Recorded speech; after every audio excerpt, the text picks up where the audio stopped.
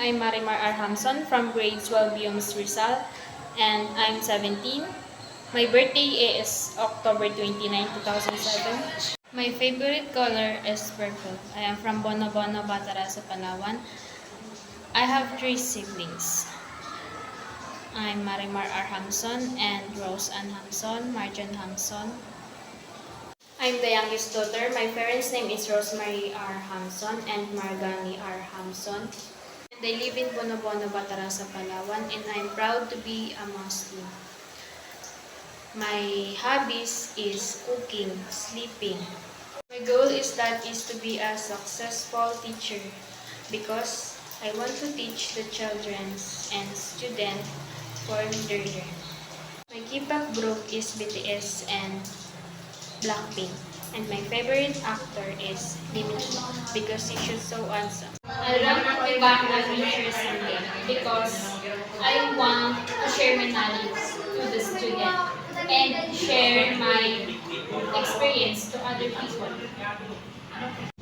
My mother is work at the municipality of Batarasa and my father. My brother's name is Marjon Hamson, my sister's is Rose Ann Hamson, and my three nephew name is Rosana Pitong, Aryan Pitong, and Ian Pitong.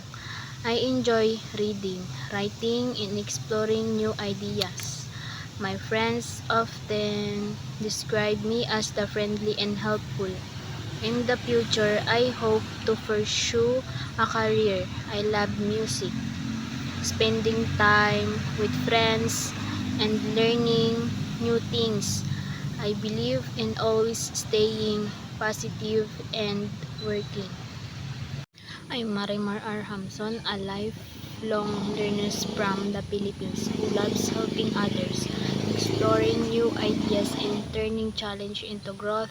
I'm curious, hardworking, and always looking for ways to improve both personality and professionally.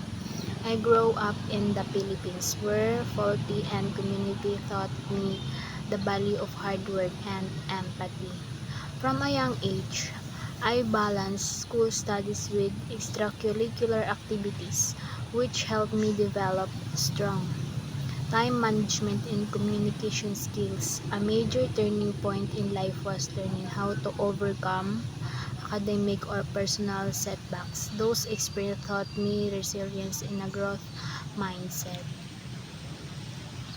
I enjoy working with others, solving problems, and taking on projects make me a positive difference. Currently, I'm focusing on improving my skills